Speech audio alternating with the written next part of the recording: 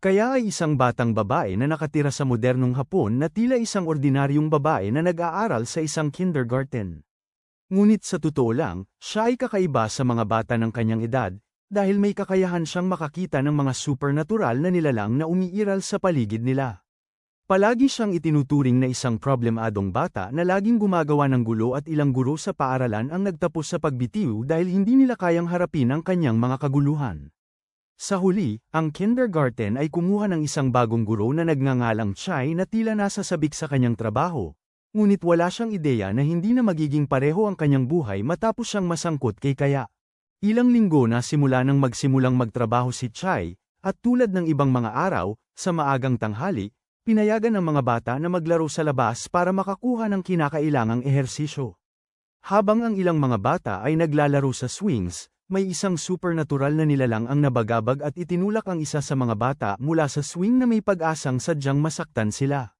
Sa kabutihang palad, hindi naman masyadong nasaktan ang batang babae at siya ay nagsimulang umiyak na humihikbi kay Chai.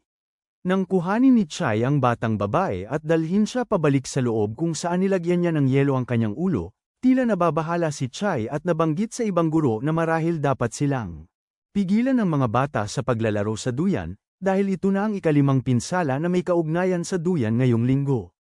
Sinabihan siya ng gurong may asul na buhok na maging kalmado dahil natural lang sa mga bata na magkaroon ng gallows at sugat habang naglalaro sa labas at hindi ito gaanong kalaking bagay.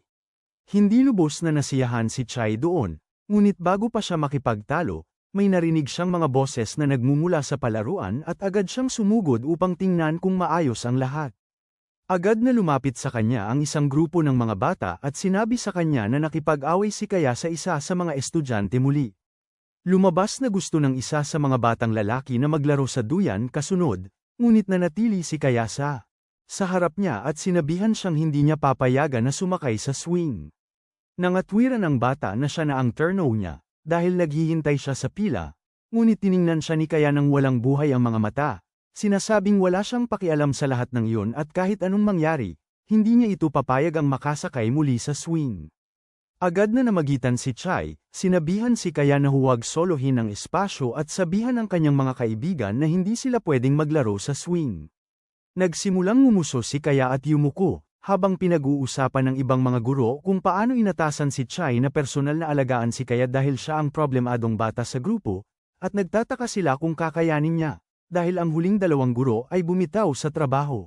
Ang trabaho, marahang hinaplos ni Chai ang kanyang mukha at sinabihan siyang huwag tumingin sa malayo at subukang unawain ang sinasabi niya, ngunit agad na tumakbo palayo si Kaya, iniiwasan ang anumang paghaharap. Nagtataka si Chai kung kailan niya kayang mapamahalaan ng maayos si Kaya, ngunit nagpasya siyang hindi niya kayang tanggapin ng ganoon kadali ang pagkatalo at hinabol niya ito. Samantala, napagtanto ng bata na sa wakas ay libre na ang duyan para paglaruan niya. Mabilis siyang umupo sa duyan at sinubukang sabihin sa kanyang kaibigan na itulak siya. Biglang may lumitaw na madilim at aninong kamay sa likod niya at nagsimulang marahang itulak siya. Tumawa ang bata at humiling na itulak pa siya ng mas mataas, habang bigla namang inihayag ng anino ang tunay nitong intensyon at itinutulak ang bata ng napakataas. Ang tawa ng bata ay nagiging purong takot, habang sa wakas ay napagtanto niya na walang nagtutulak sa kanya habang inihahayag ng anino ang sarili nito. Nagmakaawa ang bata sa anino na itigil ang pagtulak sa kanya dahil tapos na siyang maglaro. Ngunit hindi nakinig ang anino at nagsimulang itulak siya hanggang sa pinakamataas na maabot. Nagsimulang umiyak ang bata, nagmamakaawa ng tulong, takot na mahulog siya mula sa duyan. Nang akmang itutulak na ng anino ang bata mula sa duyan mula sa napakataas na lugar, sumingit si Kaya at buong lakas na hinawakan ang mga kadena ng duyan, pinahinto ito bigla. Dahilan para mahulog ang bata mula sa upuan. Dahil kay Kaya, bumagsak lang ang bata mula sa napakaikling distansya at hindi nasaktan, pero nang tumingala siya, nakita niya si Kaya na seryosong nakatitig sa kanya, habang sinasabi nitong umalis na siya, dahil turno na niya para maglaro. Galit na tinanong ng bata kung siya ba ang nagtulak sa kanya sa duyan at tinawag siyang masama dahil sa labis na pagtulak sa kanya, na nagsasabing maaari siyang malubhang nasaktan. Si Kaya naman ay tila walang pakialam habang tumalon siya sa duyan at inutusan ng anino na itulak siya. Biglang nagsimulang umindayog si Kaya sa duyan, pataas ng pataas sa bawat pag-ugoy, At iyon ay, nang matanto ng bata na may napakasamang nangyayari, dahil walang anumang nasa likod kaya paano siya itinutulak. Patuloy si Kaya na tumataas ng tumataas, ngunit sinasabihan ng anino na itulak pa siya ng higit. Biglang lumitaw ang maraming parang kamay na batik sa kanyang likod habang siya ay itinutulak sa himpapawid. Napag-alaman na mali ang lahat ng guro, sa pag-aakalang nahuhulog ang mga bata mula sa mga duyan dahil sa sarili nilang kapabayaan o dahil sa ilang panggulo, dahil ang sanhi ng mga aksidente ay hindi kabilang sa mundong ito. Ang halimaw na nilalang ay kabilang sa mundong ilalim na nag-aabang sa mga batang darating. Sa duyan para maitulak nito ang bata mula sa duyan direkta sa malaking bibig nito. Gayunpaman, sa pagkakataong ito, lubhang minamalas ang espiritu dahil ngayon. Nahawakan nito si Kaya mismo na isa sa pinakamakapangyarihang psychic. Sa sandaling maitulak siya mula sa duyan papunta sa bibig ng demonyo, agad niyang ikinuyom ang kanyang mga kamay at pinatamaan ng demonyo, tuluyang winakasan nito. Matapos mapigilan ang espiritu, agad na hindi na nakakatakot ang paligid at iniabot ni Kaya ang kanyang braso sa bata, tinatanong kung gusto nitong maglaro sa duyan ngayon. Ang bata ay isang malaking duwag habang tumatakbo siya palayo, sinasabing si Kaya ay weird at natatakot siya sa kanya. Sa lungkot, bumalik si Kaya sa swings, tahimik na sinasabi na hindi siya weird at gusto lamang niyang maging ligtas siya. Hindi niya alam, natano lahat ito ni Chai. Habang nakatayo siya roon, natatakot at hindi makapaniwala sa nakita niya. Ilang araw ang lumipas mula sa insidente, ng isang umaga, tumanggap ng tawag si Miss Zhou mula sa isa sa mga magulang na ang kanilang anak ay nagkakaroon ng lagnat at hindi makakapunta sa paaralan ng ilang araw. Ikinwento ni Miss Zhou kay Chai ang tungkol dito at nagtaka siya kung malala ba itong kaso ng sipon, nang bigla siyang makarinig ng maraming sigawan at tumakbo upang makita si Kaya at ang isa pang babae na nag-aaway para sa isang libro.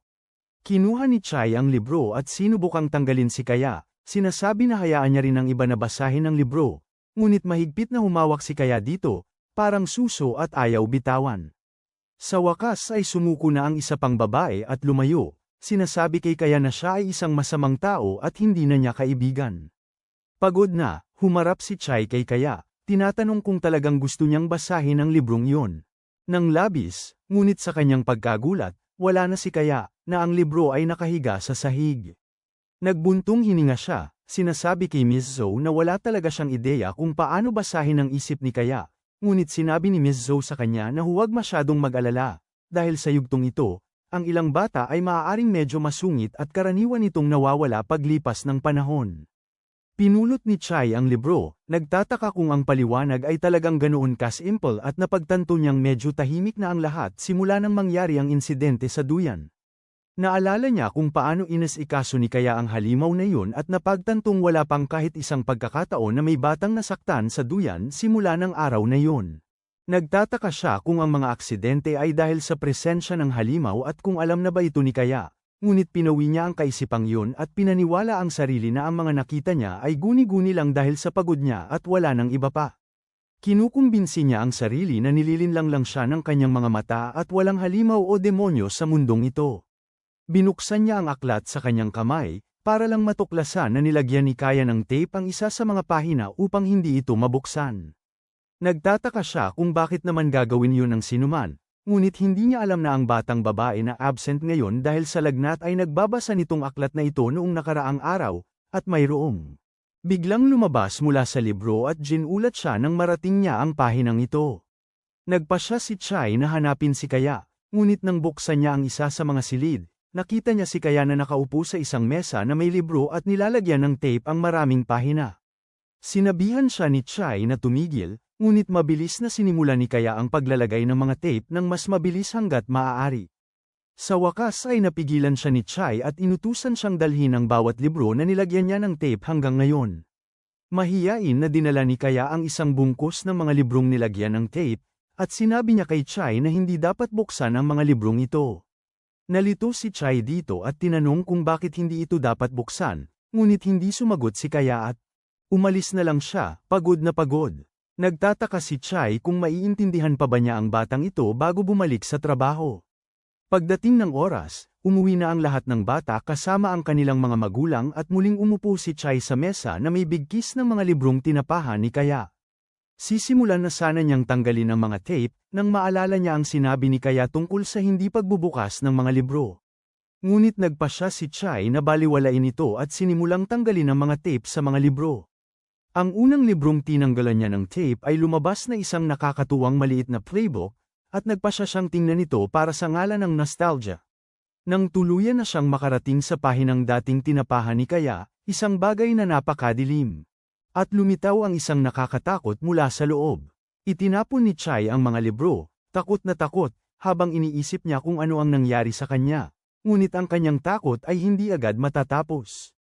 Isang maitim na multo ang lumabas mula sa pahina na natatakpan ng mukha at nagsimulang lumakad patungo kay Chai, na sobrang takot para kumilos mula sa kanyang pwesto, tahimik na sumisigaw dahil walang boses na lumalabas sa kanyang lalamunan. Ang maitim na nilalang ay mabilis na lumapit sa kanya at ibinunyag ang kanyang nakakapangilabot na mukha. Ngunit bago pa siya masaktan nito, lumitaw si Kaya ng biglaan at hinampas ang halimaw sa ulo gamit ang isa sa mga libro. Hirap si Chai na makahanap ng boses habang nawala ang multo sa silid habang sinasabi ni Kaya. Sa kanya na ito ang dahilan kung bakit niya sinabihan na huwag itong buksan.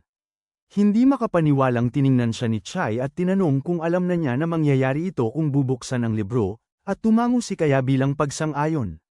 Napagtanto ni Chai na tama ang kanyang hinala at hindi nagloko ang kanyang mga mata.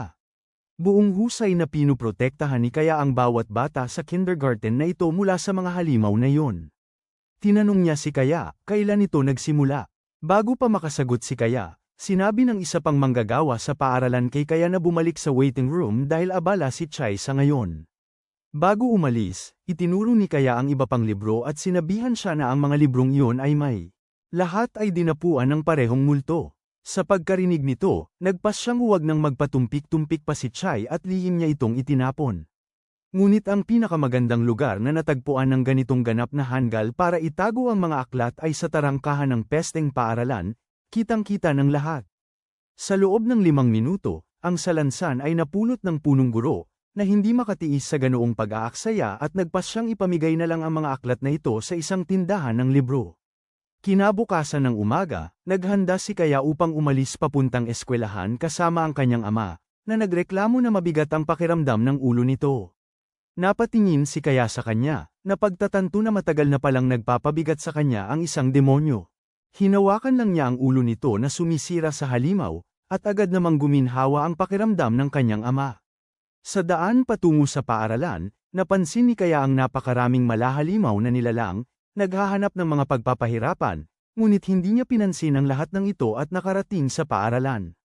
Sa unang-unang klase, isa sa mga batang lalaki ang naiipit sa isa sa mga Cub Eta, sumisigaw at umiiyak para humingi ng tulong, hanggang sa niligtas siya ni Chai mula roon, upang hindi na manggahas pang kumuha ng anumang pagkakataon.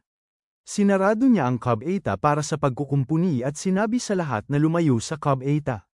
Pinanood ni Kaya ang Cub Eta, nang biglang may isang babae na pumasok, sinasabing wala ng ibang Cub Eta ang walang laman. Sabi ni Kaya na hindi niya yun pwedeng gamitin, ngunit hindi siya pinansin ng babae at nagmadali itong pumasok. Nang matapos siya, sinubukan niyang buksan ang pinto at napagtanto niyang tuluyan siyang nakakulong sa loob. Sinubukan niyang humingi ng tulong, ngunit walang dumating, samantalang may lumitaw na halimaw sa likod niya, handang lamunin siya. Salamat na lang, binuksan ni Kaya ang pinto sa huling sandali at sinabi sa kanyang tumakas agad. Nang makaalis na ito, pumasok si Kaya at ibinalik ang halimaw sa inidoro at pinag-flush ito pababa sa kailaliman ng impyerno kung saan ito nagmula. Sa kasamaang palad, biglang lumitaw si Miss Zhou, at sa tingin niya ay parang gumawa si Kaya ng isang grupo ng kaguluhan. Sinimulan niya itong pag-alitan, tinatanong kung bakit niya ginawa ito. Pero si Kaya ay hindi nagsasalita, takot na kung sasabihin niya ang totoo, pati siya ay tatawagin si Kaya na baliw at pagtatawanan nito. Sa kabutihang palad, dumating si Chai sa huling sandali at sinabi kay Miss Zhou na kasalanan niya talaga, dahil sinubukan niya itong ayusin at sa huli ay nasira niya ito sa halip. Dahil dito, ang naging parusa niya ay linisin ang banyo. Nagulat si Kaya at nagtanong kung bakit siya pinagtakpan, at mas pinagulat pa siya ni Chai. Sinabihan siya na naniniwala siya kay Kaya at alam niyang sinusubukan niyang protektahan ang iba.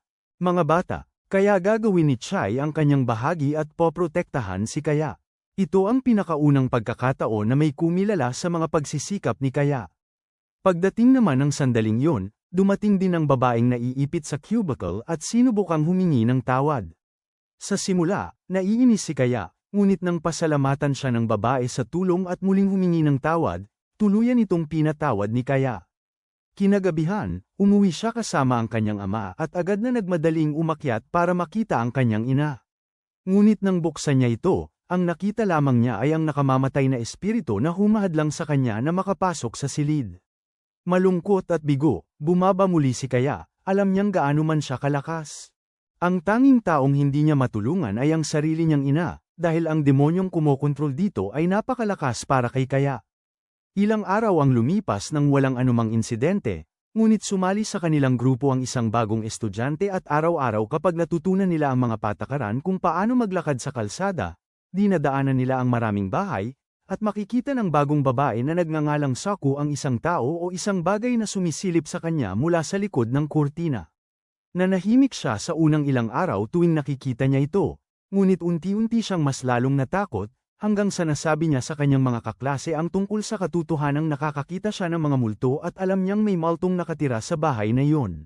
Isang grupo ng mga bata ang nagsimulang pagtawanan siya, sinasabing nagsisinungaling siya at nagkukwento lang dahil walang multo. Pero si Saku ay hindi basta-basta magpapatalo, at agad na sinupalpal ang bata, na naging dahilan ng pagtakbo nito. Narinig ni Kaya ang lahat ng ito at humanga sa dalaga. Nilapitan niya ito at sinabing napakakul nito dahil ipinagtanggol niya ang sarili. Namula si Saku at sinabing inggit lang ang mga batang yun dahil hindi nila ito nakikita, at dahil lang hindi nila nakikita ay hindi nangangahulugang wala ito. Sa wakas, naramdaman ni Kaya na nakatagpo na siya ng isang taong makakaintindi sa kanya, at inihayag na. Pati siya nakakakita ng mga multo. Nagulat si Saku at nagtanong kung bakit hindi niya sinabi kaninuman. Ngunit umiling si Kaya at sinabing sinubukan niyang sabihin sa mga tao, ngunit inakala nilang baliw siya at tinukso siya dahil sa palagi niyang pagsisinungaling. Sinabihan siya ni Saku na huwag hayaang guluhin siya nito, at dapat lang niyang ipagwalang bahala ang mga naninira. Ngumiti si Kaya, masaya na baka sa wakas ay makakakita siya ng tunay na kaibigan. Sinabihan siya ni Saku na marahil kung makakahanap sila ng multo at ipapakita ito sa lahat, kung gayon ay wala silang magagawa kundi maniwala na totoo ang mga multo sa totoong buhay. Kinabukasan nang sila'y nag-eensayo sa kalsada, hinawakan ni Saku ang kamay ni Kaya at sinabi, sa kanya na sa susunod na kanto ay may bahay at kailangan nilang tumingin sa itaas na bintana ng bahay kung saan niya makikita ang multo na nagtatago sa likod ng kurtina. Tumango si Kaya, ngunit pagliko nila sa susunod na kanto, wala silang ideya na sinusundan na pala sila ng isang anino ng demonyo. Sakto nang tumingin sila sa unang palapag ng bahay, sabay nilang nakita ang isang nilalang na nagtatago sa likod ng mga kurtina, ngunit napansin ni Kaya na hindi nagre-react si Saku sa multo na kakaalabas lang sa harapan nila. Nagsimulang sumigaw ang demonyo kay Saku na huminto na sa pagtitig sa kanya, ngunit halatang hindi pa ito nakikita ni Saku. Nagpasya si Kaya na harapin ito at tinapos sa isang suntok. Nabigla si Saku sa biglaang galaw, ngunit wala pa ring ideya kung ano ang nangyari, habang tinatanong ni Kaya kung ayos lang siya. Sa kanyang pagtataka, nang muling tumingin si Kaya sa bintana, nakita niyang naroon pa rin ang bagay, sumisilip sa mga bintana ng direkta sa kanila. Napansin ni Chai na nawawala sina Kaya at Saku sa grupo, kaya bumalik siya sa pinanggalingan niya at tinanong sila kung bakit sila nakatayo sa gitna ng daan. Itinuro lang ni Kaya ang bintana at sinabi kay Chai na sinira lang niya ang multo, ngunit naroon pa rin ang bagay sa bintana. Sinusundan ni Chai ang kanyang daliri at nanlamig ang dugo niya nang makita niya ang isang matang nakatingin sa kanya mula sa bintana. Pinagpapawisan siya ng husto nang matanto niyang may malaking mali at tumawag siya ng tulong.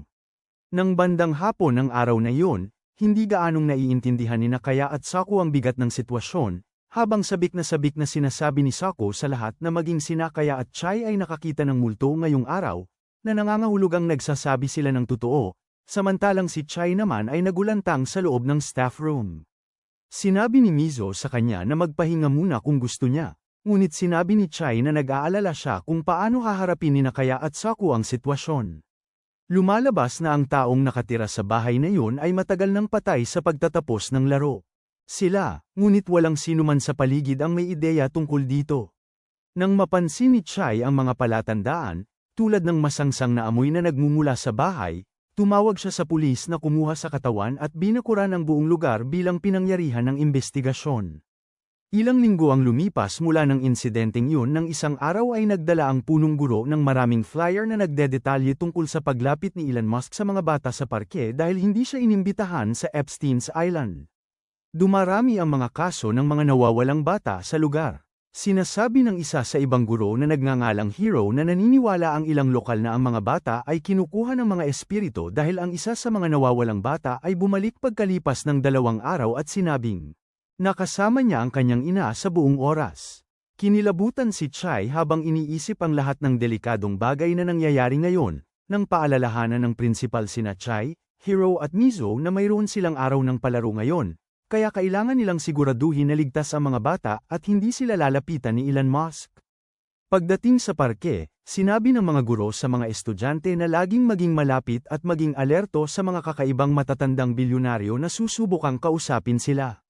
Nangako ang mga bata na mananatiling ligtas at nagsimulang maglaro ng magkasama, ngunit naiwan si Kaya sa sarili niya habang umupo lang sa lupa at nakatingin sa damo.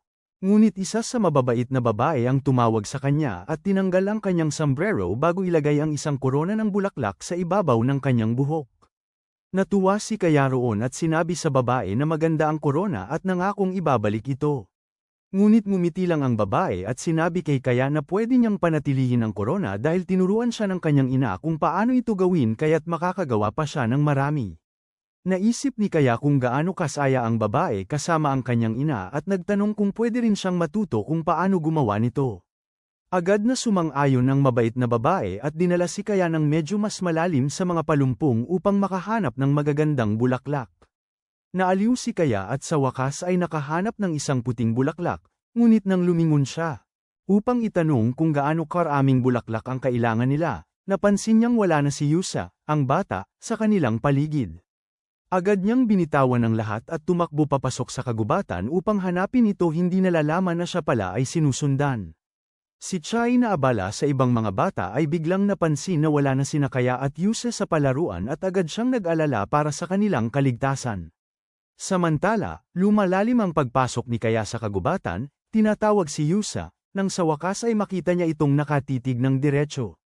Sinabi ni Kaya kay Yusa na dapat na silang bumalik sa bakuran dahil pinagbilinan sila ng guro na huwag na pumunta kahit saan ng mag-isa. Tumango si Yusa ngunit sinabi niyang tinatawag siya ng kanyang ina kaya siya naparito. Medyo naguluhan si Kaya ngunit biglang sumulpot ang ina ni Yusa at hinawakan ang braso niya. Hinihimok si Yusa na sumama sa kanya. Sa simula ay hindi lubos na naunawaan ni Kaya, ngunit di nagtagal ay natanto niya na isang demonyo ang nagpapanggap bilang kanyang ina at wala nang iba pa. Mabilis niyang hinawakan ang mga kamay ni Yusa at sinabing hindi siya maaaring umalis. Medyo naguluhan si Yusa at sinabi kay Kaya na bitawan siya dahil gusto niyang sumama sa kanyang ina. Mahigpit na humawak si Kaya at iginiit na hindi siya maaaring umalis anuman ang mangyari. Nagsimulang lokohin ng demonyo si Yusa para hikayatin siya at lumalayo na, sinasabihan siyang bilisin bago mahuli ang lahat. Naiinis si Yusa at nagsimulang pukpukin ang ulo ni Kaya, sinasabihan siyang iwanan na lang siya, ngunit kinaya ni Kaya ang lahat ng sakit ng matapang at kumapit ng mahigpit. Sa kabutihang palad, dumating si Chai sa mismong sandaling iyon at napansin ang isang matabang lalaki na nagtatago sa mga palumpong sa likod nila. Agad siyang kumilos at hinablat ang mataba bago niya itinumba sa lupa at tumakas kasama ang mga bata sa kanyang mga bisig. Umiyak si Yusa para sa kanyang ina sa bisig ni Chai, ngunit mahigpit siyang hinawakan ni Chai at tumakbo habang ang lalaki ay dahan-daang tumayo at nagsimulang lumakad sa likod nila. Patuloy sa pagtakbo si Chai at huminto lang nang makarating siya malapit sa ibang mga guro. Handa na si Miss Zhou na pag-alitan siya sa pagkawala. Pero sinabi ni Chai sa kanya na kailangan nilang bumalik sa paaralan dahil nakasalubong niya lang ang kaina-hinalang matabang lalaki na baka sumusunod sa mga bata. Nang walang pag-aaksaya ng oras, ginabayan ng mga guro ang mga bata pabalik sa paaralan at pagkapasok sa loob. Sinabi ni Kaya sa ibang mga guro na hindi naman talaga sila sinaktan ng mataba o kinausap man lang, pero may iba pang gustong saktan sila. Sinabi rin niya sa iba na pinabagsak ni Chai ang mataba sa lupa na ikinabahala ni Miss Zhou. Habang paulit-ulit na sinasabi ni Yuzo na nandoon ang kanyang nanay, Tinanong ni Miss Zhou si Chai kung sigurado ba siya na lalaki yun, at hindi niya ba nabangga ang isa sa mga kaibigan ng nanay ni Yusa. Sinabi ni Chai sa kanya na lalaki talaga yun at hindi niya nga nakita ang nanay ni Yuzo kahit saan. Sinabi ng principal na hayaan na lang nila ang usapan dahil ang mahalaga ay walang sinumang bata ang nasaktan. Sinabi niya kina Yuzo at kaya na huwag nang magpapagala-gala mag-isa at laging manatili malapit sa mga guro mula ngayon. Nang gabing yun nang sunduin ng nanay ni Yuzo ang bata, tinanong ni Chai ang nanay kung nasa parke ba ito ngayong araw, at direkta itong tumanggi habang paulit-ulit namang pinaninindigan ni Yuzo na ang kanyang. Naroon nga si nanay sa parke. Nang gabing yun, bago pa man siya umuwi, ibinigay ni Chai kay Kaya ang isang aparato na sinasabing gumagawa ng nakakaalarmang tunog kapag hinayla ang tali. Sinabihan niya si Kaya na hilahin ito kung sakaling lapitan siya ng estranghero na sa tingin niya ay kakaiba. Nang magsimula ng lumubog ang araw, nag-impake si Kaya ng kanyang bag at lumabas sa palaruan kasama ang ilan sa kanyang mga kaklase nang bigla niyang makita ang kanyang tatay sa kabilang panig ng bakod na kamakaway sa kanya. Nagulat si Kaya dahil karaniwan ay dumarating ang kanyang ama mula sa pangunahing gate, ngunit sinabi ng kanyang ama sa kanya na dadaan sila sa shortcut ngayon at hinikayat siyang sumunod sa kanya. Ibang mga bata ay naguguluhan habang nagtataka sila kung bakit kinakausap ni Kaya ang sarili niya. Tapos biglang tumalon si Kaya sa bakod at nagsimulang lumayo. Sinubukan siyang pigilan ng isa sa mga bata, pero sinabi niya na ayos lang siya dahil narito ang tatay niya. Pero mula sa pananaw ng bata, nakita namin na naglalakad siyang mag-isa na may kasama lang na isang nakapangingilabot na anino. Ang bata ay hindi kasing tanga ng tingin sa kanya dahil agad siyang tumakbo patungo kay Chai na abala sa pakikipaglandian kay tunay na tatay ni Kaya na naghihintay sa harap ng tarangkahan. Sinabi niya kay Chai na tumalon si Kaya sa bakod at umalis mag-isa lang ngayon. Gusto pa ng kanyang tatay na engot na makipag-flirt kay Chai at sinabi na naglalaro lang siya. At babalik agad, pero si Chai ay hindi basta-basta at agad tumakbo palabas, alam niyang hindi ang tipo ni Kaya na basta-basta lang maglalaro. Samantala sa ibang eskinita, napagtanto din ni Kaya na ang kasama niya ay hindi niya ama habang ang mukha nito ay nagsisimulang mag-iba ng hugis at nagiging hindi pang tao.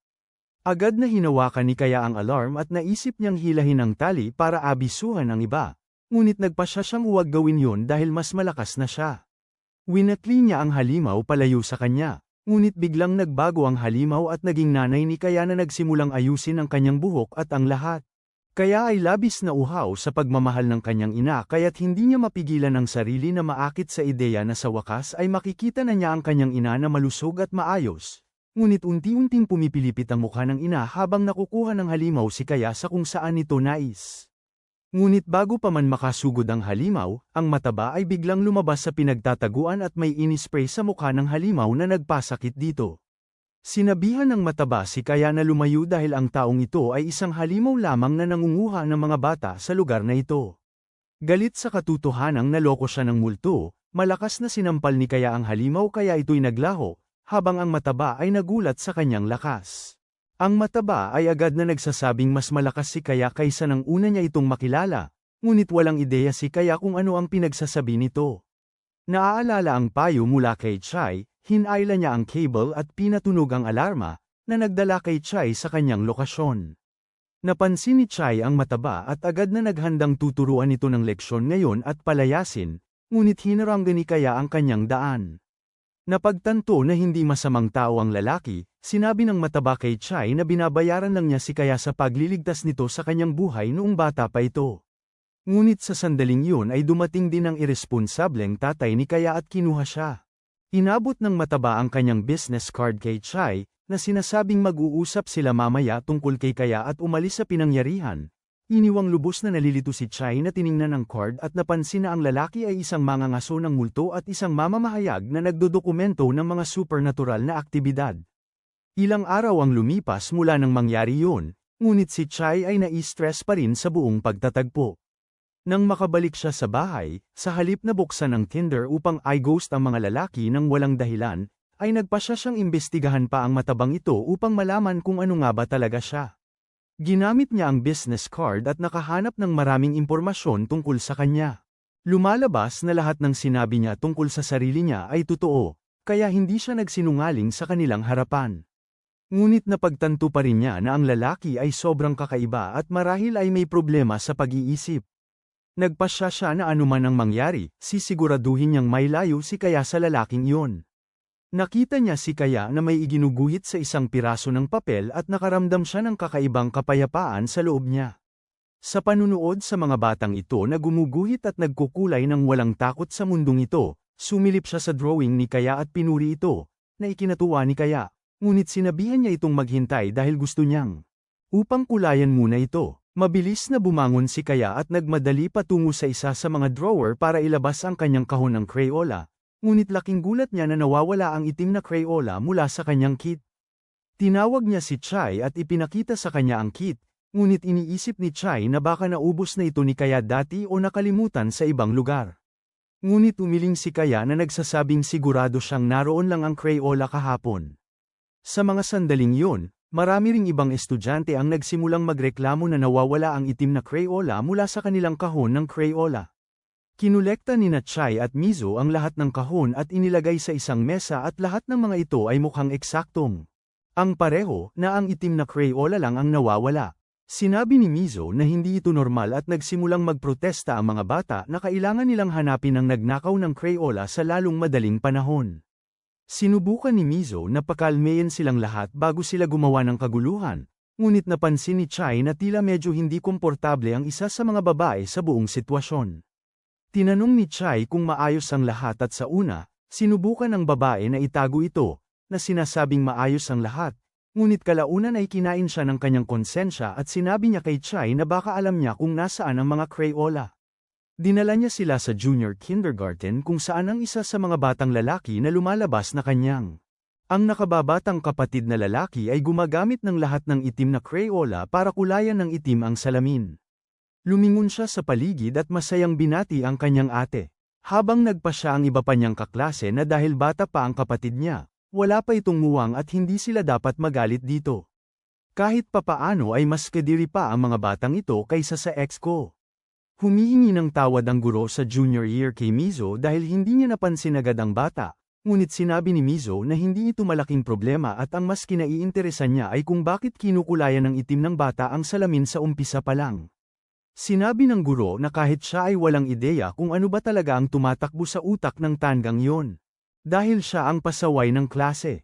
Hindi pwedeng hayaan ni Chai na madamay si Kaya ng walang dahilan kaya nilapitan niya ang salamin para tingnan mabuti at narinig niya ang batang bumubulong na natatakot siya. Tinanong ni Chai kung ano ang kinakatakutan nito, pero paulit-ulit lang sinasabi ng bata na takot siya at wala nang ibang sinabi. Ang guro, na naiirita at naiinis, ay sinabi sa kanila na ang tanging sinasabi lang ng bata ay takot siya at siya mismo ay hindi maintindihan kung ano ang nakakatakot sa salamin. Sabi niya hindi niya kayang harapin ang mga ganoong batang hanggal, habang sinabi naman ni Mizo sa kanya na marahil ay nasa maling propesyon siya. Hindi siya pinansin ng guro at ibinaling ang atensyon sa mas matatandang estudyante, humihingi ng tawad sa kanila tungkol sa kanilang mga Crayola at nangako na bibigyan sila ng maraming candy upang makabawi. Hindi talaga nagustuhan ni Mizo ang mga nangyari, dahil kahit bata pa ang mga bata sa klase niya at hindi siya gaanong maintindihan, ay hindi pa rin dapat niya silang pagsalitaan ng masama ng walang dahilan. Nang gabing yun, nagtagal sina Kaya at Chai ng gabi sa eskwelahan ginagawa ang sarili nilang gawain. Pagdating ng mas batang guro at pagbati kay Chai, napansin niya na may hawak ang mas batang guro na balde at basahan, kaya tinanong niya kung lilinisin nito ang salamin. Ang guro ay sumasagot sa naiinis na tono na ang batang iyon ay hindi man lang marunong maglinis ng kanyang sarili kaya napipilitan siyang gawin ang lahat para sa kanya. Naaalala ni Chai ang mga komento niya tungkol sa bata na pasaway tulad ni Kaya, na may pumukaw sa isipan niya kaya sinundan ni Chai ang guro at tinanong kung gusto niya ng tulong sa salamin. Ngumiti ang guro at sumagot na hindi naman siguro ganoon kahirap iyon at mabilis niya itong aayusin nang walang anumang problema.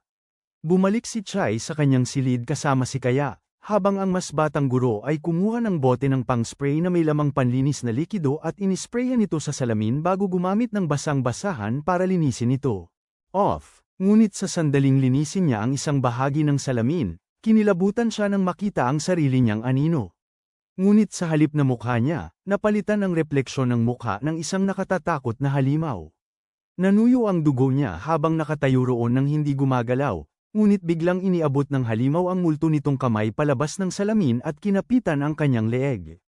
Nagawa niyang sumigaw sa takot na narinig ni Chai, ngunit bago pa man niya ito lubos na maintindihan, si Kaya ay mabilis nang tumatakbo patungo sa kabilang silid. Hinabol siya ni Chai at sumugod sa kabilang silid upang matagpuan ang nakababatang guro sa sahig, nakikipaglaban sa espiritong humahawak sa kanyang mga binti at hinihila siya papasok sa salamin. Sumisigaw siya sa kanila para humingi ng tulong, at nang walang anumang salita, tumalon si Kaya upang iligtas siya, sinipa palayo ang multo. Habang hinawakan ni Chai ang guro at inilayo siya mula sa pagkakahawak ng multo, tinanong ni Chai kung ayos lang siya. Ngunit nakakagulat na normal lang ang ikinilos ng guro, sinagot na maayos ang lahat, at sa ilang kadahilanan inakala niya na may nakita siyang nakakatakot sa salamin.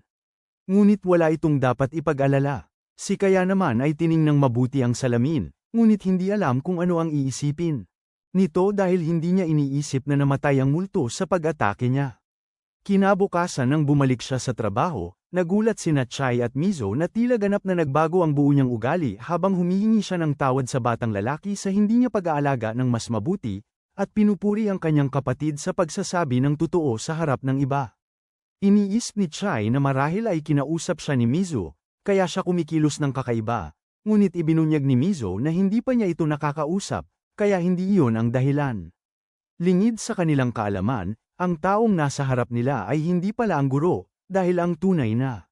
Ang isa ay hindi makalabas sa salamin habang ang kanyang refleksyon ay gumagala sa bukas na mundo. Lumipas ang ilang araw simula noon, at dinala ng mga guro ang mga estudyante sa kalapit na pool para sa ilang masasayang aktibidad. Nagpakita ang mga bata ng kani-kanilang swimwear sa isa't isa, habang ang isa sa mga lalaki na si Ken ay sinubukan na tuksuhin si Kaya dahil sa pagsusuot ng napakawalang dating na suit. Agad namang ipinagtanggol ni Sako si Kaya at pinatakot ang bata sa pamamagitan ng matinding pagbabanta na hindi naman maganda siguro, pero women empowerment pa rin. Tinawag naman ni Mizo at Chai ang lahat ng bata papunta sa kanila para pumasok sa pool isa-isa. Ngunit si Kaya ay hindi gaanong interesado sa pagpasok sa pool, dahil siya lang ang nakakakita ng isang espiritong nakalutang sa ibabaw ng pool na naghihintay ng susunod nitong biktima. Nang maglaro na ang lahat sa loob ng pool, sinubukan din ni Kaya na pumasok, ngunit natatakot siya dahil hindi siya marunong lumangoy. Tumawa si Chai at sinabi sa kanya na maaari lang niyang ilubog ang kanyang mga paa sa tubig at manatili sa labas na masaya naman niyang sinunod. Muling tinukso ni Ken si Kaya dahil hindi siya marunong lumangoy, ngunit dumating si Sako sa tabi niya at inalok na isawsaw ang buwisit na yan sa tubig tulad ng isang Oreo. Si Suzu naman, ay nag-alok kay Kaya ng isang paddleboard para matulungan siyang lumangoy. Patuloy na tinutokso ni Ken ang dalaga nang hindi tumitingin sa kanyang pupuntahan at nauwi sa pagkakabangga sa isang bagay sa likuran niya. Ngunit nang lumingon siya, wala siyang nakita. Biglang nagpa siya ang espiritu na sumalakay at itinulak ang bata sa loob ng tubig. Kumapit ang mga galami nito kay Ken, kaya hindi siya makapagpumiglas. Sumigaw si Sako kay Ken na tigilan ang pagpapanggap na tanga dahil bawal ang sumisid ng malalim sa loob ng pool, ngunit wala siyang natanggap na sagot mula sa bata. Hindi makasigaw, hindi makakilos, sinubukan ni Ken na abutin ang kamay niya kay Sako na lumayo nang hindi siya napapansin sa ilalim ng tubig. Unti-unting lumabo ang kanyang paningin habang pumupuno ang tubig sa kanyang katawan, ngunit bago pa siya tuluyang malunod sa tubig. Dumating si Kaya upang sumaklolo gamit ang kanyang paddleboard, nilupig ang espiritu na nasa ilalim niya at iniligtas ang buhay ni Ken. Agad na umahan ang bata at huminga ng malalim, habang ang mga guro, na lubos na walang kamalay-malay sa sitwasyon, ay sumigaw sa kanila na tumigil sa paglalaro at inutusan ni Ms. Zhou sina Kaya at Ken na lumabas agad sa pool. Nag-aatubiling lumakad si Ken patungo sa gilid at hinawakan ang paddleboard ni Kaya, hinayla ito kasama siya. Wala siyang ideya kung ano ang nangyari, ngunit sa paano man, alam niyang iniligtas siya ni Kaya mula sa pagkalunod. Iyon pangat siya mismo ay hindi marunong lumangoy. Isang gabi, nang makauwi na ang mga bata sa kani-kanilang bahay, nagsisimula ng magligpit si Chai upang umalis ng may humantong itim na kotse sa harap ng gate at ibinaba ni Fatty ang bintana, sinasabi kay Chai na hindi niya ito tinawagan. Nagtanggol si Chai, tinatanong kung sinusubaybayan siya nito, ngunit sumagot si Fatty na hindi siya sapat na maganda para subaybayan niya at ang gusto lang niyang gawin ay pag-usapan si Kaya. na impormasyong labis na kumpidensyal. Nagawa niyang makapag-date kay Chai at nagkita sila sa isang restaurant kung saan binuksan niya ang hawak niyang file at iniabot ito kay Chai. Na-shock si Chai nang makita na ang Fatty ay may bawat detalye tungkol kay Kaya sa folder, kasama na ang lahat ng pinag-uusapan niya sa mga guro. Nagalit si Chai at nagsimula siyang sumigaw sa kanya na hindi siya nakikipag-usap sa mga taong gustong pumunta sa Epstein's Island at nagsimulang tumawag ng pulis. Pero nakiusap ang Fatty na hintayin siya at payagan siyang tapusin ang kanyang monologo at pagkatapos ay maaari niyang gawin ang gusto niya. Huminto ito sa kanya at pinayagan niyang ipagpatuloy ng Fatty, habang sinasabi niyang utang niya kay Kaya ang marami at gagawin niya ang lahat para makabawi sa kanya sa anumang paraan. Nalilito si Chai dahil si Kaya ay 5 taong gulang pa lamang. Ano kaya ang nagawa niya para sa Fatty? Nagpa siya ang Fatty na ikwento kay Chai ang kanyang trahedya 4 na taon na ang nakalipas. Mayroon siyang anak na babae at isang magandang asawa na lubos niyang minamahal, ngunit isang araw habang tumatawid sila sa kalsada, nasagasaan ang kanyang anak ng isang truck, na, sa hindi maipaliwanag na paraan, tila pumili sa kanya para dalhin sa ibang daigdig. Patay ang kanyang anak sa paningin ng mga tao sa paligid niya, ngunit nakikita pa rin niya ang multo nito, na nagpa siya na manatili sa kanya magpakailanman. Iyon lang ang tanging nagpapatatag sa kanya sa gitna ng matinding kalungkutan. Ngunit siya lang ang nakakakita sa kanya. Inakala ng kanyang asawa na nawawala na siya sa katinoan at iniwan siya dahil doon, habang ginugugol niya ang kanyang mga araw sa parke, pinapanood ang kanyang maltong anak na naglalaro habang ang ibang mga babae. Nag-aalala siya tungkol sa weird na mod ng Discord na nakatingin sa mga bata buong araw. Pero isang gabi, sinabi ng kanyang anak na pagod na siya at nagsimulang magbago ang kanyang mukha. Umaasa siyang gagaling siya, pero lalo itong lumala, araw-araw mula nang magbago siya sa isang espiritu. Patuloy pa rin siyang nakatira kasama siya at dinala siya sa parke, pero unti-unti siyang nawawala ng katinoan, nakikita ang kanyang anak na nagiging isang bagay na mali, labas sa tao. Nang siya ay nasa kanyang limitasyon at nag-iisip na tapusin ang kanyang buhay, nagawa ng 1 taong gulang na si Kaya na palayasin ang kanyang anak, inilibing siya mula sa sumpa na nahulog siya. At pagbibigay sa kanya ng kapayapaan matapos ang mahabang panahon. Literal na iniligtas ni Kaya siya at ang kanyang namayapang anak na babae mula sa buhay ng pagdurusa kung saan utang niya sa babae ang kanyang sariling buhay. Mas nauunawaan na siya ni Chai ngayon. Pero hindi pa rin niya alam kung bakit niya ito sinusubaybayan. Sumagot si Fatty na habang nagtatrabaho sa isang kaso ng supernatural, nakatuklas siya ng isang bahay na may matinding dami ng negatibong masamang enerhiya na nagmumula rito, at nalaman na ito pala ang bahay mismo ni Kaya. Inangkin niya na may kakaiba sa bahay nito, isang bagay na napakalakas na maging si Kaya ay takot dito at nabubuhay sa takot at sakit dahil dito. Lumipas ang ilang araw mula nang magpulong sila ni Fatty, ngunit ang usapan tungkol sa muling lumilitaw ang bahay ni Kaya. Pagdating ng araw ng home visit at si Chai ang naatasan kay Kaya.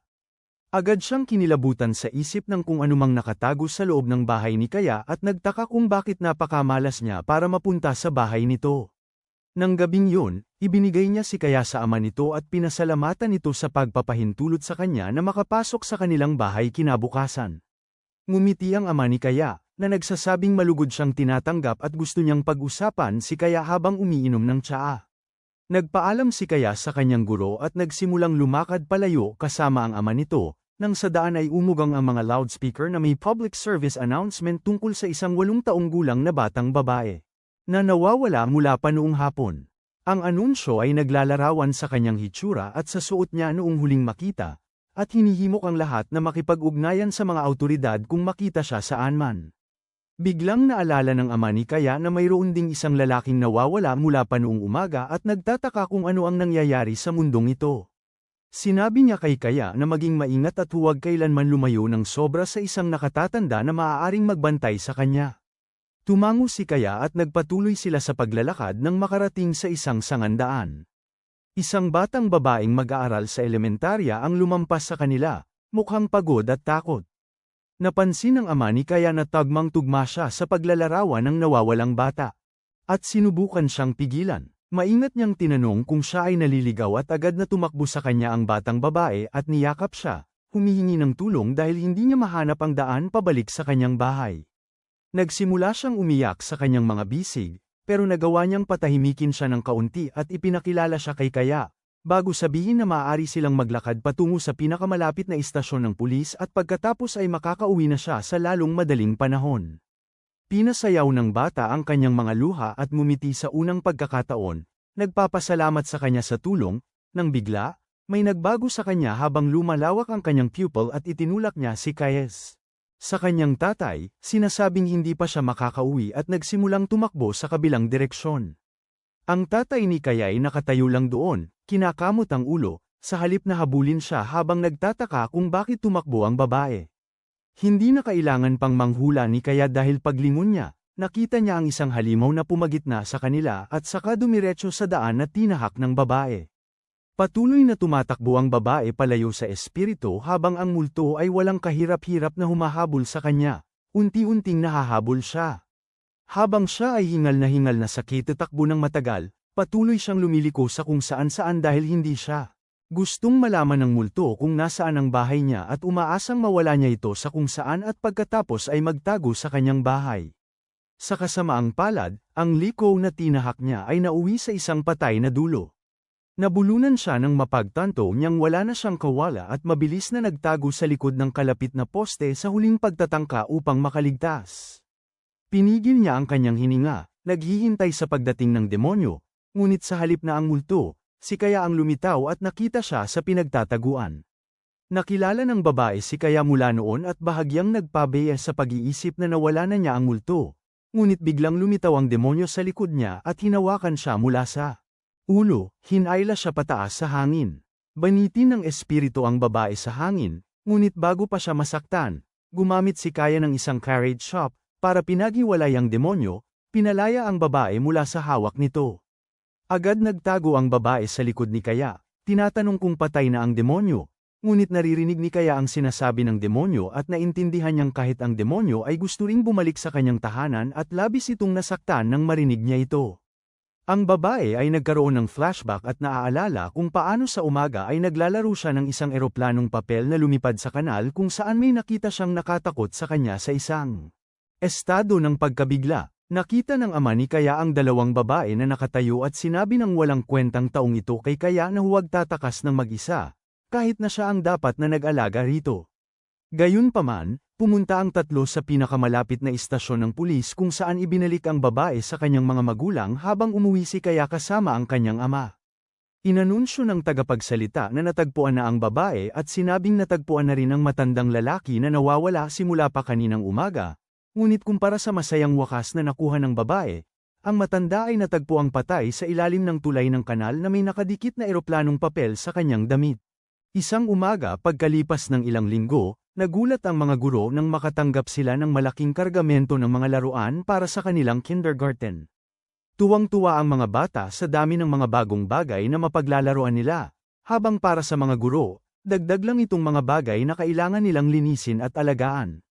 Nagtanong si Chai sa prinsipal kung saan niya naman nakuha ang napakaraming laruan, at sagot nito na nakuha niya yun sa isang kindergarten na magsara na at itatapon na sana ang mga laruan nang walang anumang dahilan. Nagbuntong hininga si Mizo at sinabi sa mga bata na lumabas muna at maglaro at mamaya na lang nila hawakan ang mga laruan kaya umalis silang lahat. Makalipas ang ilang sandali, bumalik ang tatlo sa mga babae sa silid at lumapit sa pinagtataguan ng mga laruan para tingnan kung ano ang nasa loob. Ang isa sa mga babae ay hindi gaanong nasa sabik at mas takot habang sinasabi niya sa iba na dapat silang umalis dahil hindi pa sila pinapayagang maglaro ng mga iyon. Sinabihan siya ng ibang babae na lakasan ang loob, ipinapaliwanag na hindi nila kukunin ang mga laruan at narito lang sila para tingnan kung gumagana ng maayos ang lahat ng mga ito. Nagsimula silang tumingin sa iba't ibang laruan nang hilahin ng isa sa kanila ang isang pangit na manika na kalahating sira, punit ang damit, gupit ang buhok at may pulang bibig.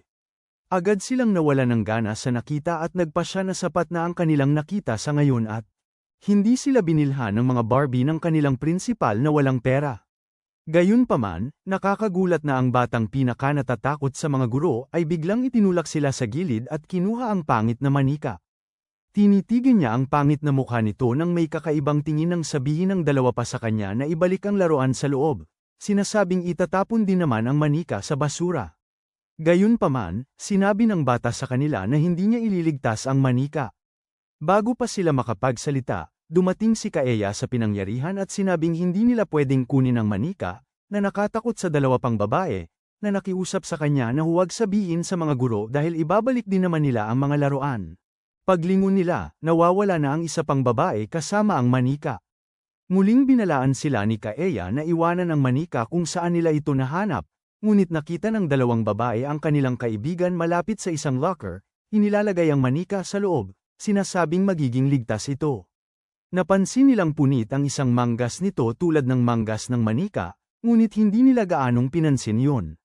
Kinaumagahan, sumigaw ang isa sa mga bata para sa mga guro dahil ginugupitan ng babae ang sarili niyang buhok gamit ang isang gunting ng walang anumang dahilan.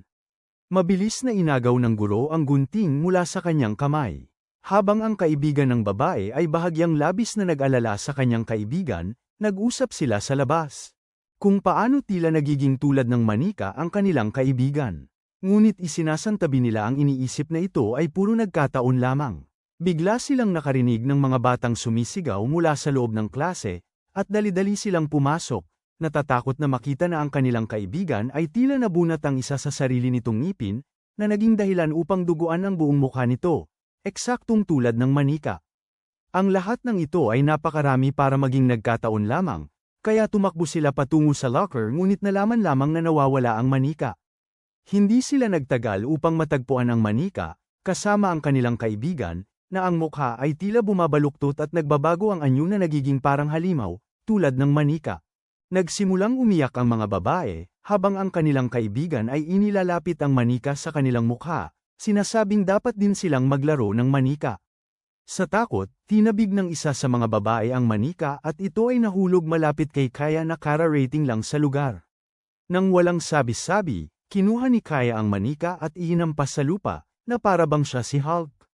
Ganap na pinawi ang kapangyarihan ng nilalang sa loob at pinalaya ang maliit na babae mula sa pagkahilo.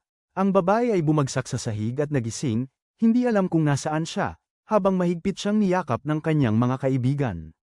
Ilang araw pagkatapos, sa wakas ay nagpasya si Chai na magpunta sa home visit sa bahay ni Kaeya at muling naisip ang mga babala na ibinigay sa kanya ng mataba tungkol sa bahay.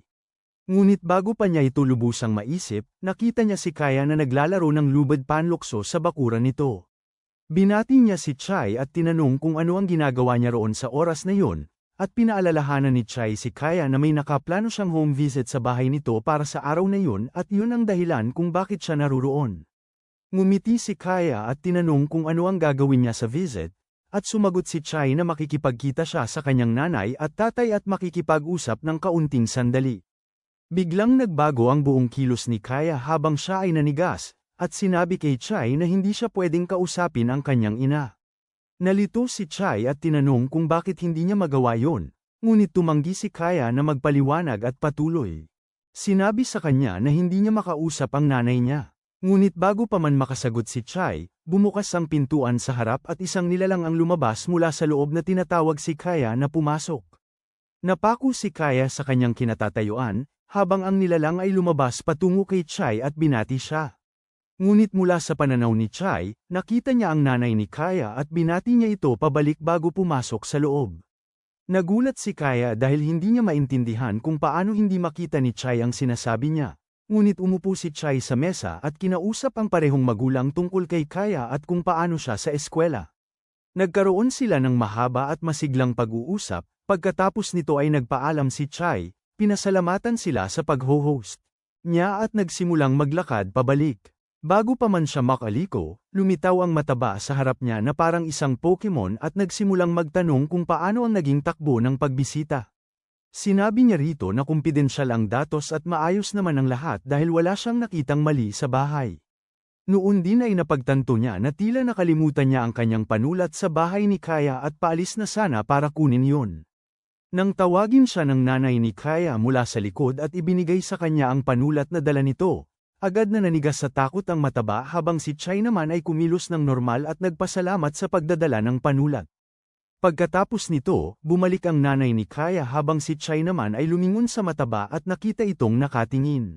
Nasindak, tinanong ni Chai kung bakit siya kumikilos ng kakatwa, na sinagot niya ng tanong, ano ang nakita niya nang tumingin siya sa ina ni Kaeya.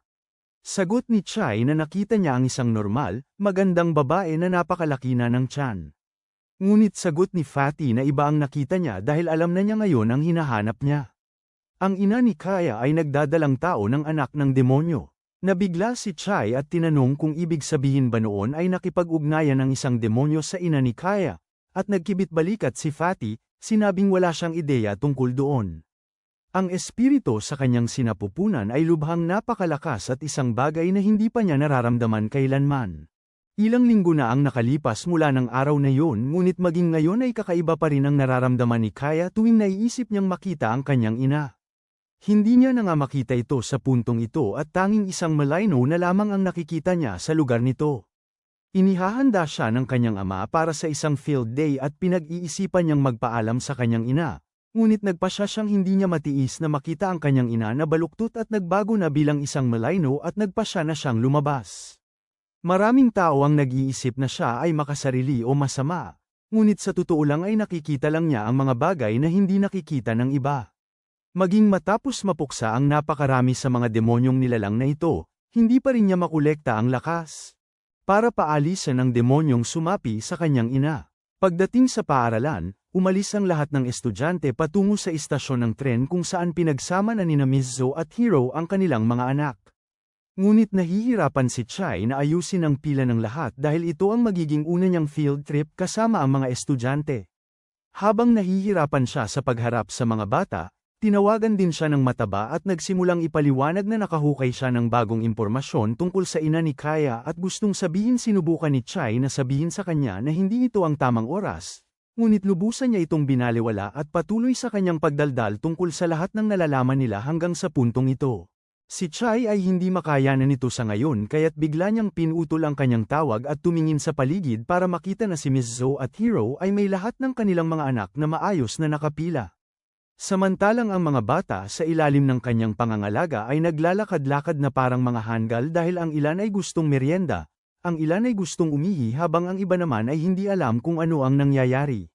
Sa tulong ni Mizzo at Hiro, nakaya na nilang ipasok ang lahat ng mga bata sa tren at matapos ang pagbibilang sa kanila, huminga sila ng maluwag habang ang isa sa mga pinakanakababahalang bahagi ng biyahe ay sa wakas ay tapos na. Habang ang mga bata ay naaaliw sa tanawin, isang matandang lalaki na may bulok na mukha ang lumapit sa sila at nagsimulang sinisiraan ang mga bata tungkol sa kung paano sila dapat pababain mula sa tren dahil hindi naman sila nagbabayad ng tiket samantalang ang tren ay tumatakbo dahil sa pera ng mga nagbabayad ng buwis. Nagalit si Hiro dahil nabayaran na nila ang tiket ng grupo, sinabihan niya ang matandang lalaki na hindi nag-iisip na sige, kunin na nito ang kanilang upuan kung gusto. At ang matandang bastos na yun ay umupo sa kanilang mga upuan habang nakatingin ng nakakapangilabot kay Chai. Sa kabutihang palad, di nagtagal ay dumating na ang kanilang istasyon at isa-isa silang bumaba sa tren, ngunit nang bilangin nila ang lahat, napansin nilang may isang estudyanteng nawawala. Mabilis na napansin ni Chai na nasa loob pa rin ng tren si Kaya, kaya siya ay tumalon papasok at hinablat siya. Ngunit bago pa niya mailabas siya, sumara ang pinto ng tren at wala silang nagawa kundi titigan ng iba pa nilang kasama habang inilalayo sila mula sa kanilang patutunguhan. Hinawakan ni Chai si Kaya at umupo bago tawagan si Ms. Zhou na nagsabi sa kanya na huwag masyadong mag-alala dahil ang maganda ay hindi nag-iisa si Kaya at nakasama niya ito. Bukod pa rito, sinabi rin niya na ayon sa principal, nangyayari ang mga ganitong bagay minsan bawat dekada o mahigit pa, kaya normal lang ito. Umiyak si Chai sa loob-loob niya dahil siya ang may estudyanteng naiwan. Napansin niya na nakatayo pa rin si Kaya at hinikayat itong umupo, ngunit tumanggi si Kaya na, "Umupo ka sa upuan na yan." Biglang naalala ni Chai na ito ang parehong upuan na inupuan ng ibang mga bata nang simulan silang sigawan ng matandang lalaki, ngunit nagpainit ito sa ulo ni Chai at malakas niyang sinabi para marinig ng lahat na nabayaran na nila ang mga tiket, kaya walang makakapagsabi sa kanila kung saan uupo at kung saan hindi uupo, lalo na dahil walang laman ang buong tren. Napagtanto ng matanda na siya ang pinupuntirya ng mga komento na ito, kaya tumayo siya upang magsimula ng gulo. Ngunit bago pa siya makakilos ng isa pang hakbang, dumaan ang tren sa isang madilim na tunnel at tuluyang nagbago ang lahat sa paligid nila. Napaupo ang matanda sa matinding takot, habang si Chai ay hindi man lang makakilos.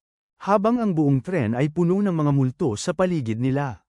Tinanong ni Kaya kung hindi ba sila nakita ni Chai noon at ipinaliwanag na ang dahilan kung bakit hindi siya nakalabas agad ay dahil maraming multo ang sumakay sa tren sa huling istasyon at siya ay naipit sa likod ng mga ito.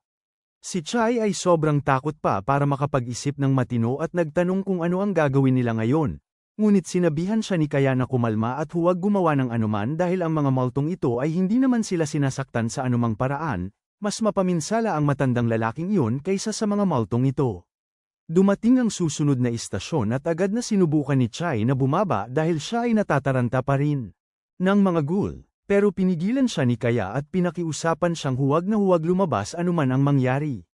Sa maikling pagkaantala, itinulak palayo ng matanda si Chai at lumukso palabas sa istasyon, humihingal habang iniisip na nakaligtas siya mula sa atake ng multo, ngunit lingid sa kaalaman niya.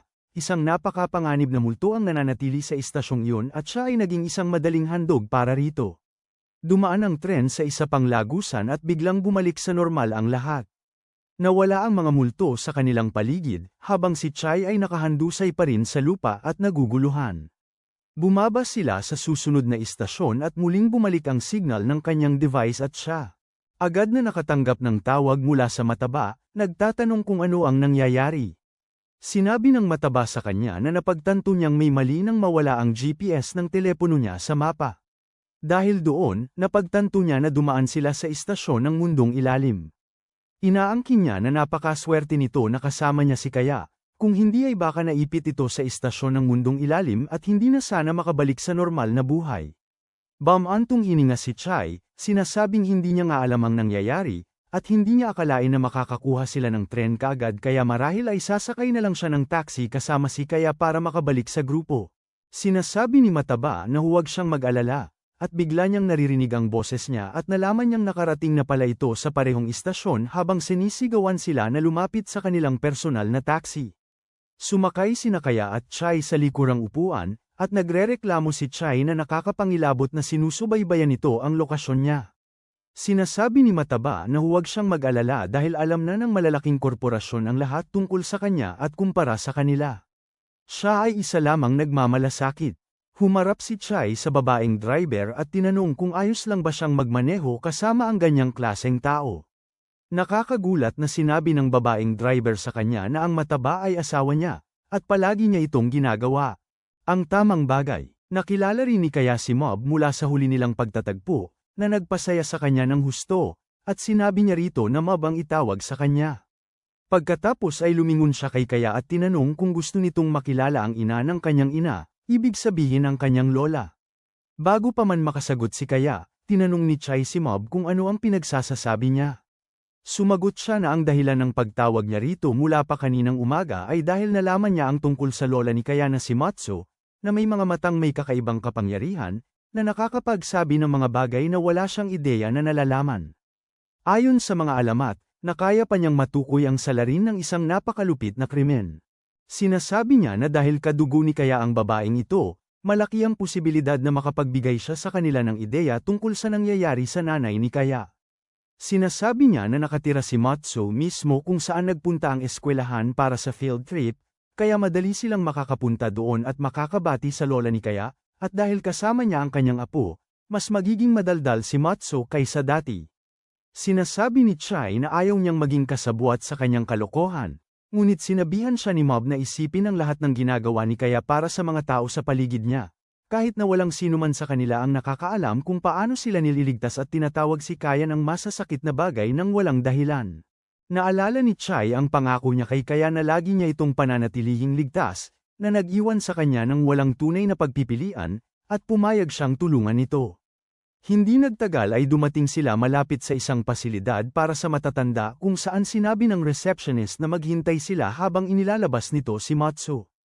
Habang naghihintay sila, napansin ni Kaya ang maraming multo na siksikan na pumapaligid sa matatanda sa lugar, at ipinaliwanag ni Mob na ang kamatayan ay dumarating sa lahat sa huli. At ang mga multong ito ay kilala bilang mga pick-up na lumulutang sa paligid ng mga matatanda o may sakit na tao, upang madali nilang madala ang kanilang buhay sa mundong ilalim kung magkaroon ng pagkakataon.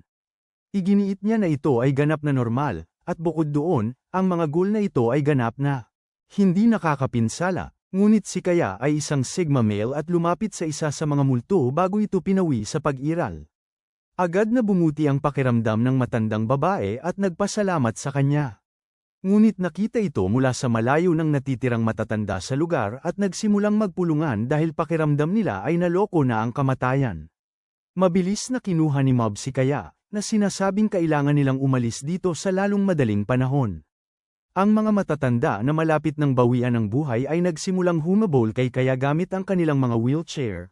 Umaasang paalisin din ni Kaya ang kanilang mga multo dahil wala ni isa sa kanila ang gustong mamatay. Nalilito si Chai sa lahat ng ito, ngunit ipinaliwanag ni Mob na kapag tumatanda at nanghihina ang mga tao, sila napalinaw na nakikita ang kanilang kamatayan, at nang alisin ni Kaya ang anino ng nalalapit na kamatayan mula sa isa sa ang natitirang mga tao ay nabalisa, gusto ring mawala ang kanilang mga anino ng kamatayan. Sinasabi niya na kahit matatanda na ang mga taong ito, delikado pa rin sila sa ganitong antas ng pagkabalisa, kaya dapat nilang ilayo si Kaya sa kanila sa lahat ng pagkakataon. Sinabi niya kay Chai na dalhin si Kaya at magtago sa kung saan habang hinaharap niya ang mga taong ito, at agad na hinawakan ng mahigpit ng isa sa matatandang lalaki ang kanyang leeg at nagsimulang takutin siya na ilabas ang babaeng kayang magpaalis ng kamatayan.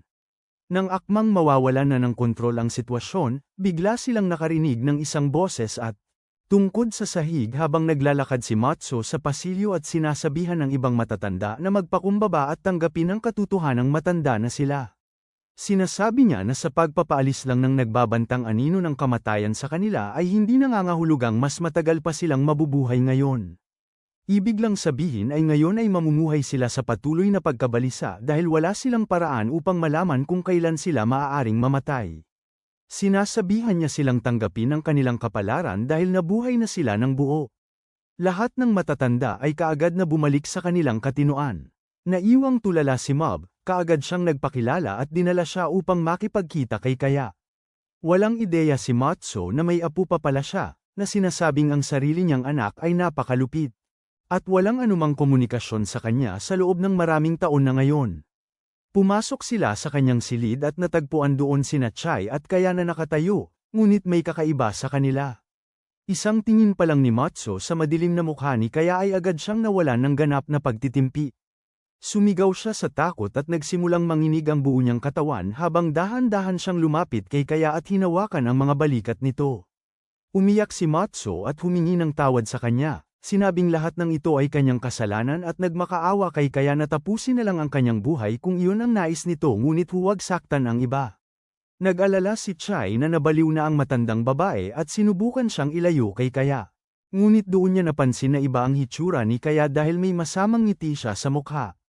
Hindi rin ito nagtagal, dahil nawala ng malay si Kaya at bumagsak sa lupa. Mabilis siyang isinakay muli ni Chai at Mob sa kotse at pagkalipas ng ilang sandali ay muli siyang nagising ngunit tila wala siyang naaalala tungkol sa nangyari. Sa wakas ay nakarating sila sa kagubatan kung saan naghihintay ang lahat ng mga guro at ang iba pang mga estudyante. Humingi ng paumanhin si Matsu kay Chai, sinasabing wala siyang ideya na mangyayari ito. Habang lumalakad palayo si Chai kasama si Kaya at nagsisimula na ang kanilang field day, bigla siyang nagkaroon ng isang ideya sa isip habang iniisip niya na paano kung hindi nawala ang alaala ni Kaya, kundi ang taong kasama sila sa loob ng tirahan ng matatanda, hindi na talaga Kaya sa simula pa lang.